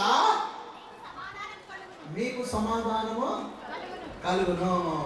మీరు ఆయనతో సావాసం చేయకపోతే, దేవునితో సావాసం చేయకపోతే, సంఘముతో సావాసం చేయకపోతే సమాధానం ఎలా నుంచి వస్తుంది? రా. నా పిల్లలు చెడిపోతున్నారు, నా పిల్లలు చెడిపోతున్నారు అంటే దాని అర్థం ఏంటంటే వాళ్ళకు సావాసాన్ని నేర్పాలి. ప్రేమరెడ్డి వాళ్ళారా, అతను ఏసాడు సావాసం, జంతువులతో సావాసం. అందుకే అతడు ద్వేషించబడ్డాడు. ద్వేషించబడడానికి ఇది రెండవ కారణం. దేవునికి స్తోత్రం. హల్లెలూయా. మూడవది నేను ముగించేస్తా. మూడవది ఎలాంటి స్వభావం కలిగిన వాడు చేశావు? వాడు తిండిపోతనం కూడా ఉండకూడదు. తిండిపోతుతనం కూడా ఉండకూడదు. తినాలి, బ్రతకడానికే తినాలి కానీ తినడానికే బ్రతకూడదు. బ్రతకడానికే తినాలి. నేను హాస్టల్లో చదువుతున్నాను. నేను చిన్నపిల్లవాడిని, 6వ తరగతిలో. నేను ఒకరు కడుపాత్ర మనిషిని. అంటే కాబట్టి నా అన్నం ఎక్కువ తినాలనిపిస్తూ ఉంటుంది. మా అమ్మ ఎప్పుడైనా ఇంట్లో కుండ దించితే నేను అమ్మటి అడిగేవాడిని, అమ్మ ఇది అందరికీ సరిపోద్దా అంట. మా అమ్మ కుండ వండి పెడితే నాకు వచ్చే మొట్టమొదటి మాట అదే. ఎందుకంటే నేను ఎక్కువ తింటా అంటాను. అప్పుడు తినేవాడిని. నువ్వు తినరా పెద్దవాడా, నువ్వు తిన్న తర్వాత నేను తింటాం లేదంటది మా అమ్మ. మేము అందరం తినడం కూడా మిగులుతుంది మళ్ళా. అంటే నా స్వభావం అలా ఉండేది. అంటే ఒకరి సంగతి కాకుండా నేనే నా సంగతి చెప్తున్నా. నేను హాస్టల్లో చేర్చాను. హాస్టల్లో చేరిస్తే అన్నము ఆ ప్లేట్ అట్ట పెట్టుకుంటూ పోతాం. పెట్టుకుంటూ పోయేటోని ప్రతిరోజు అంట అన్నం ఒక్కరోజన్నా అన్నం ఒక్కరోజన్నా అంటే వాడు దాని ప్లేట్ పులిసేది పోతాడు. ప్లేట్ అన్న అన్న అన్న అంటే వాడు పులిసేది పోతా ఉంటాడు. రోజు అట్టే జరుగుతుంది. నాకేం సరిపోవటంగా. ఒకరోజు ఏదో పండగ వచ్చింది, అందరూ వెళ్ళిపోయారు ఊర్లకు. వండిన అన్నం చాలా మిగిలింది. ఇప్పుడు తినోళ్ళకు తినంతరా ఈరోజు అన్నారు. ఆ పల్లెలు అప్పుడు ఇంత పెద్ద పల్లెలే. ఇప్పట్లో చిన్న చిన్నవి కాదు. ఇప్పుడు మోడల్ పెరిగిపోయింది. తినలేక చిన్నపిల్లలు టిఫిన్ చేసే పల్లెలు ఇప్పుడు మనం తినే. అప్పుడు ఇంత పెద్ద పల్లె. ఇక వాడు రోజు వడ్డించేవాడు. రే నారాయణ, నువ్వు రోజు అన్నం అని అంటున్నావు కదా, తినరా, నువ్వు ఎంత తింటావో తినరా అని చెప్పి నా దగ్గరికి వచ్చి మిగిలిన అన్నం చాలా ఉంది కాబట్టి వాడు పళ్ళెం నిండా అది పెట్టి కింద బయటట్టు అందరినీ పెట్టుకుంటూ పోయాడు. నేను ఏందన్నా మరి ఇంత వచ్చిన ఎక్కడ తినాలన్నా అని చూస్తా ఉన్నా. తినరా రోజు అడుగుతున్నావు అన్నది. ఇక వంకాయలు కూర చేసిండు. అందులో నాకు వంకాయ కూర అంటే మహా ఇష్టం. అమ్మ వంకాయ కూర అంటే నాకు మళ్ళా కూడా గుర్తొస్తుంది. వద్దులే లేదు చెప్పాలా ఉంది. వంకాయ కూర అంటే ఒక తల్లి పాపం కూర చేసింది. వంకాయల కూర ఇట్లా నీ వంకాయల కూర ఇష్టమని అన్నప్పుడు ఒక తల్లి వంకాయల కూర చేసింది. అందరం తింటామన్నా నాకు ఇంత కొడుకు భయించింది. సగం తిన్న తర్వాత వచ్చింది బండి. రే ఆపండి రా వద్దురా, ఇది చెబితే వాళ్ళు తింటారా నీకు ఏమని అనుకుంటారు. రే వద్దు ఆపండి రా, పచ్చడి పక్షాలు బాగుందంటే అన్న వంకాయ కూర సూపర్ అన్నట్టు. వాళ్ళు అంత కమ్మగా తిన్నా, నేను సగమే తిన్నా. నేను కడుగుతుంటాను అన్నది ఏందన్నా అప్పుడే కడిగేస్తున్నాను. అమ్మా నువ్వు కోపం వస్తుంది ఏమంటా వీలు చుట్టున్నాను ఇంకా ఏమంటాను శాతగాక ఇంకా చేసుకుపోయి కమ్మలు వారేసింది ఆమె పాలు వచ్చింది. ఇక అన్న నేను వెళ్ళిపోవాలన్నా నేను పోతానమ్మా అని అంటే అయిపోయినా అన్న బస్సు లేదుగా ఈయన హాయిగా వండుకోండి అని చెప్పి మంచాలు వేసింది. నాకు దోమతలు వేసింది, అందరికి మంచాలు వేసింది. ఒక్కొక్కటి ఇద్దరు వండుకున్నారు, నేను ఒక్కడిని వండుకున్నాను. ఏం వండుకుంటావు ఒకటి ఏ తడా ఏమైపోతే కాళ్ళు తిండి లేకపోతేవో మంతలు వస్తాయి. వాళ్ళకి తెలియదు. నేను చెప్పిన అందరూ ప్రార్థన చేయాలన్నా ఏమన్నాను 12 గంటల దాకా ఎవరైనా నిద్రకు తొక్కుకోమన్నా అన్న కమ్మని తినమని నిద్రపోతున్నా రే నిద్రలేదు ప్రార్థన చేయాలన్నా. పాలు 12 గంటల దాకా ప్రార్థన చేసిన నేను చేసిన అన్న పడుకుని రాన్నా. నేను పడుకున్న నుంచి ఆలోచన చెప్తా ఉండా ఇంకా ఇప్పుడేమన్నా కళ్ళు తిరుగుతాయేమో ఇంకా ఏమన్నా వస్తుంది ఏమన్నా నాకేం కావటం లే. తిన్నది నేను ఇంకా ఒక కాలు కూడా పోయింది దాంట్లో. తోట సగము కాలు సగం పోయింది వంకాయ కూరలో. తినడంలో పోయింది పెద్ద బయలు అందులో. ఇక వీళ్ళ కాడికి పోయి వీళ్ళు గురక పెడుతున్న ఒక్కొక్కడు అటు పోయి ఇటు గిచ్చుతా అట్లా గిచ్చితే ఇల్లు తొందరగా ఒక్కొక్కడు అంటే మెలుకుందని వీళ్ళు చావలేదు అనుకుంటున్నా. ఇక మొత్తాన్ని ఆశ ఇచ్చాను. అప్పటికి ఇంకా అప్పుడు దాకా నేను నిద్రపోలే. లేదు అందరినీ లేరా తెల్లారింది లేరా ప్రార్థన చేసుకున్నాం అన్నాను. అప్పుడు లేచి ప్రార్థన కూర్చున్నాం. ప్రార్థన చేసుకున్నాక అన్న టీ తాగాలన్నా అన్నారు. అన్న మీద ఉడికి చూస్తాడు గోపాలం ఉంటుంది నాకు ఉడికి చూస్తున్నా టీ అంటే టీ సైడ్ అనుకుంటూనే ఉండా. చేసింది ఊరుకుంటుంది పాపం ప్రేమ కలది చేసింది. అన్న టిఫిన్ కూడా చేయండి అన్న అది ఇంకా నాకు అసలు రోగాల వంట తీసుకొని కళ్ళు కుట్టాలనిపించింది. ఇంకా నాకు మొదలే కోపం వస్తామంటే ఇంటికి చేసుకున్నాను. ఉప్మా రోజు వచ్చినాను అన్నమాట. అమ్మకి దండం తల్లి బస్సు వచ్చింది క్యాకేజ్ నా ఊళ్ళోనే ఉంటుంది బస్సు. ఇంకా నైట్ ఆడికి బస్సు సామాన్యాన్ని కట్టుకొని రాను అంటే అన్నాను అన్న అన్న అన్న ఉన్నాను కానుక పోస్తా పాపం ఉన్నానన్నా అని చెప్పు గంజి వచ్చుతా ఉంది. గంజి వచ్చుతా ఉంటే వాడు పిల్లోడు అన్నం పెట్టు అంటే వాడికి ఏం చేసింది లోపల రాత్రి తిన్న అన్నం కోసం వంకాయ కూరలో ఉంటే కుండలో అన్నం వేసి ఇట్లా కూడిసి అంత గిన్నెలు పెట్టింది. గిన్నెలు పెట్టి తిందిరా గంజి వచ్చుతానని గంజి వచ్చుతా ఉంది. నేను ఇట్లా మంచం మీద కూర్చోను టీ తాగి గంజి వచ్చుతా ఉంది. నాకు పెట్టు అంటున్నాడు. మెడ మీద పడి వాళ్ళ అమ్మను నాకు తిరిగి మా అంటే ఉండరా నాయన అన్నంలో పంపించి నీకు తినిపిస్తానంటుంది ఆమె గంజి ఉంచుతా. ఈలోపు ఒక కుక్క పిల్ల వచ్చింది. కుక్క పిల్ల వచ్చి వీడు ఈమె గంజి వచ్చుతుంటే ఆ కుక్క పిల్ల లోపలికి దూరి మొత్తం దాంట్లో అంతా తినది తిని అది తిరిగి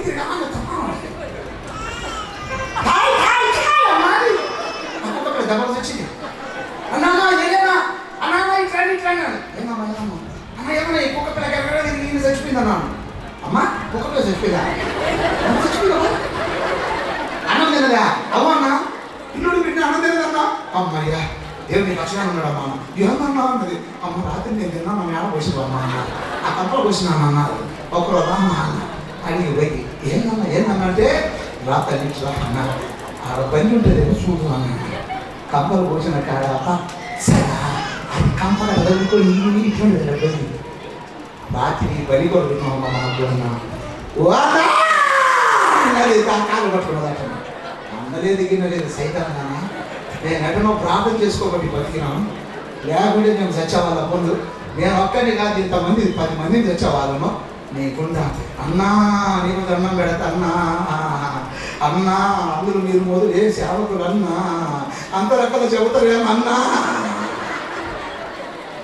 నేను ఊరుకుంటామా. మేము కన్నెద్దుల సామెత కాదు, మేము బుడబుడ కులాల సామెత. ఆ ఇంట్లో ఎల్లయ్యో పంచి ఇచ్చిండు ఆయన దీవించబడ్డాడు కాబట్టి ఇదిగో పుల్లయ్య గారు నీకు కలిగిన పంచి ఇచ్చేయండి ఆ ఇంట్లో ఎల్లయ్య ఇచ్చాడు అని చెప్పి ఆ ఇంటికి అతని ఇంటికి చెప్పేవాళ్ళం మేము. ఆవిడ ఎరిగి నీకు దండం పెడతా నీ పేరు చెప్పను కానీ తల్లి నువ్వు చేసిన ఘనకార్యం నేను చెబుతాను చెప్పు. సరే ఓకే అందుకని నాకు వంకాయ కూర అనేది గుర్తొస్తుంది. సరే ఏం లేదు. ఇక్కడ గమనించినట్టయితే బాగా వంకాయ కూర వేసిండు. ఇంత ఎత్తున పెట్టిండు అన్నం పెద్ద పల్లె నిన్న అభిమానం పెట్టిండు. దాని మీద మనం బాగుంది ఎత్తున పోసుడు గొప్ప పోసుడు దీపం అది అది చూసి మా వార్నర్ సార్ నత్తు వార్నర్ సార్ తలుబట్టి ఆయన ఇప్పుడు రిటైర్డ్ అయ్యలే రాజేంద్ర సార్ అని ఆయన కూర్చేసుకొని కూర్చున్నాడు. మరి నువ్వు రోజు అడుగుతుంటావా ఆయనకో పాప నత్తి రోజు అడుగుతుంటా తినకపోతే తొమ్మిది పెడితే అంత అన్నాడు. జాన్ మీద తీసుకున్నాడు. ఇంకా కూర్చున్నాడు. ఇంకా నేనేం చేయాలా? తినకపోతే విరుగుతాయంటాడు ఆ జాన్ మీద. ఏమర్థం కాక తింటా ఉన్నాను. ఇట్లా చేసినా నేను అంత బాగా గురిపినాను. పై అంతా తిని పల్లెం లెవెల్కి వచ్చారు. నేను 4 గీతలు గీసాను. 4 గీతలు గీసాక 4 పాయలు అయింది. ఒక్కొక్క పాయలు చేయి పెడుతుంది ఇట్ అనేది తింటే సలికపాటు వచ్చినట్టు వస్తుంది. ఇంకా తొయ్యడే మొత్తానికి తిన్నా లేచిన మొలతాడు. అప్పటి నుంచి ఇప్పటి వరకు నేను మొలతాడు కట్టలేమా కొన్ని ఇక తిండిపోతుతనంగా ఉండకూడదు. ఆయన దెబ్బకుండా నేను చాలా కాలం మొదలుపెట్టాను. ఇంకా తిని అందుకని బాగా మంచిగా లావైనాను.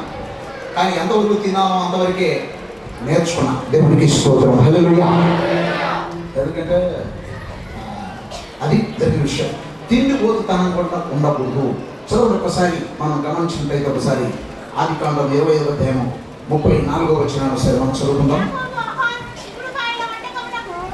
యాకోబు ఆహారమును సుక్కుడుగాయల వంటకములకు ఏశావుకి ఇచ్చెను. అతడు తిని తాగి లేచిపోయెను. చాలు. జ్యేష్ఠుడుగా ఉన్నటువంటి ఏశావు కేవలము కూర కోసం, చుక్కుడుగాయల కూర కోసం అంటే తిండి కోసం తన జ్యేష్ఠత్వాన్ని అమ్మేశాడండి తమ్ముడికి. నాకెందుకు అది? మాకు ముందు కడుపు నిండితే చాలు. కొంతమంది అంటే కడుపే కైలాసం. ఇంకా కొంతమంది స్వభావాలు ఎక్కడే తెలిసినా మన మీద ఎంత పెట్టినా మనం ఎందుకు? కుక్కలు ఇంట్లో కుక్క తాగుతుంటారు చాలా మంది. దానికి మాంసం పెట్టి, గుడ్లు పెట్టి, గడ్డి పెట్టి అన్ని విధాలుగా పెడితే దొంగోడు వచ్చి ఒక బిస్కెట్స్ పెడితే సార్ వాడి మాట ఎట్టుదా మన మాట ఎట్టుదా? ఎవరి మాట ఎట్టుంది? వాడు అంత బిస్కెట్ అయితే వాడి మాట నోరు మూసుకోనుంటుంది. ఇలాంటి వాళ్ళు కూడా చాలా మంది ఉన్నారు. మనతో ఉండి, మనలో ఉండి, మన కానీ ఉండి అన్ని విధాలుగా చేసి ఒక్కరొక ఏమన్నా ఎదగట్టి ఇచ్చి కథ అన్నం పెట్టే సార్ ఎంబటే ఇలా విషయాలన్నీ వాళ్ళు చెప్పేశారు. అర్థమైందా?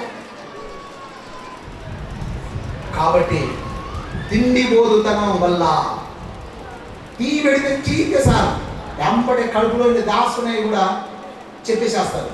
కొంతమందికి సారాయి పోతే సార్ చెప్పను అని చెప్పి వాడు తాగుడుపోతాడు. అయితే వాడికి సారాయి పోతే తాగిన తర్వాత అంటాడు మొత్తం బయట లోపల కక్కేసేస్తాడు.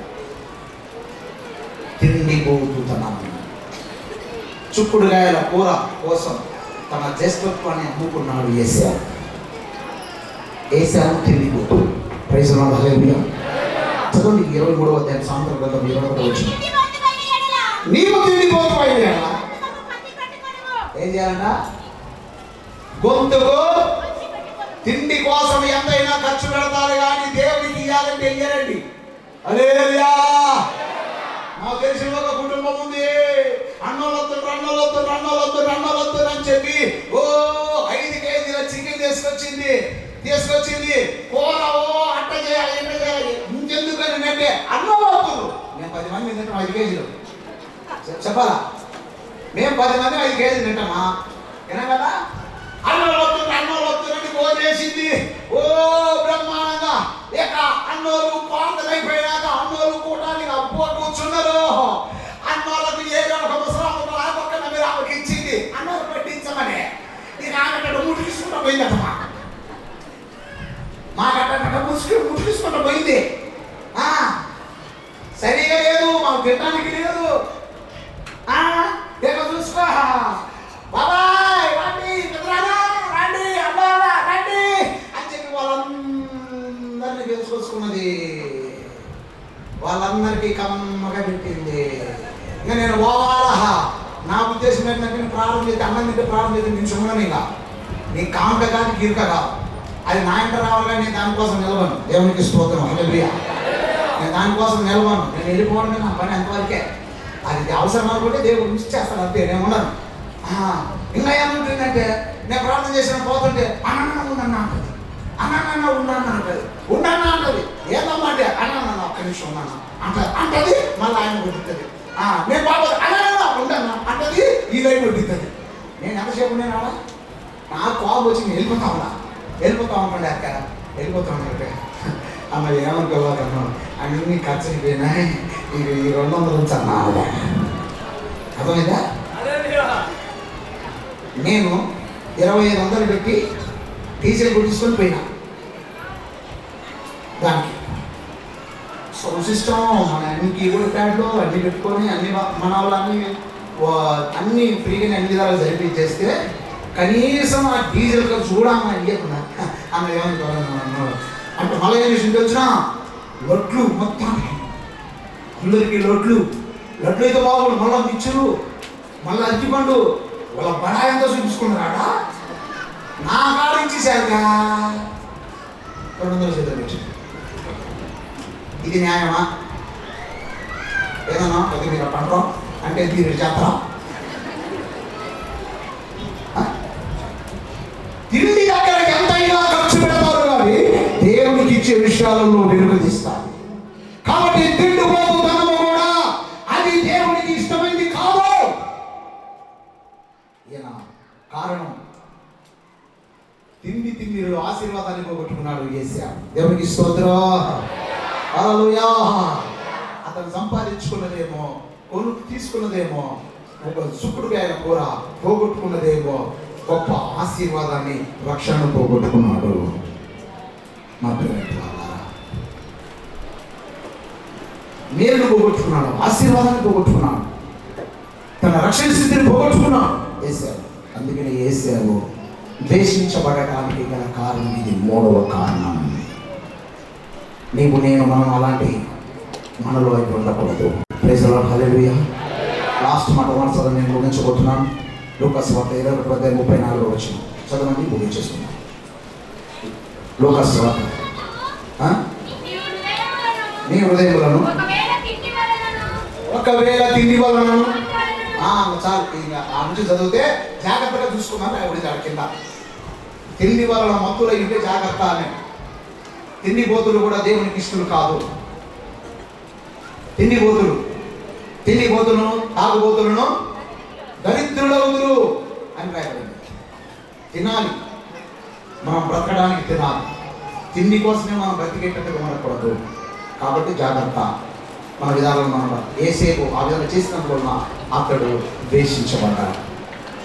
మనం సాత్వికంగా యాకోబులాగా సాత్వికం కలిగి అలాంటి స్వభావాలు మనం తొలగించుకొని దేవునికి ఇష్టమవుదాం.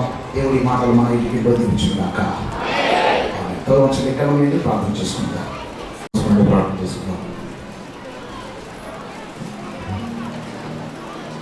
మహాపరిశుద్ధుడా తండ్రి, శ్రేష్టమైన అనుకున్నారు తెలుస్తున్నాం తండ్రి. నిస్సాహం నిలబెట్టుకొని ఒక ఉన్నతమైనటువంటి ప్రదేశాన్ని మా ముందు మీరు ఉంచిన దాన్ని బట్టి స్తోత్రం చెల్లిస్తున్నాం ప్రభా.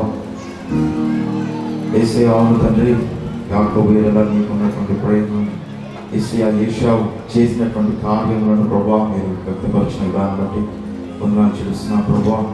యేషావు వలె గర్విష్ఠులై ఉండకుండా, యేషావు వలె మృగము వంటి స్వభావము మాలో లేదు.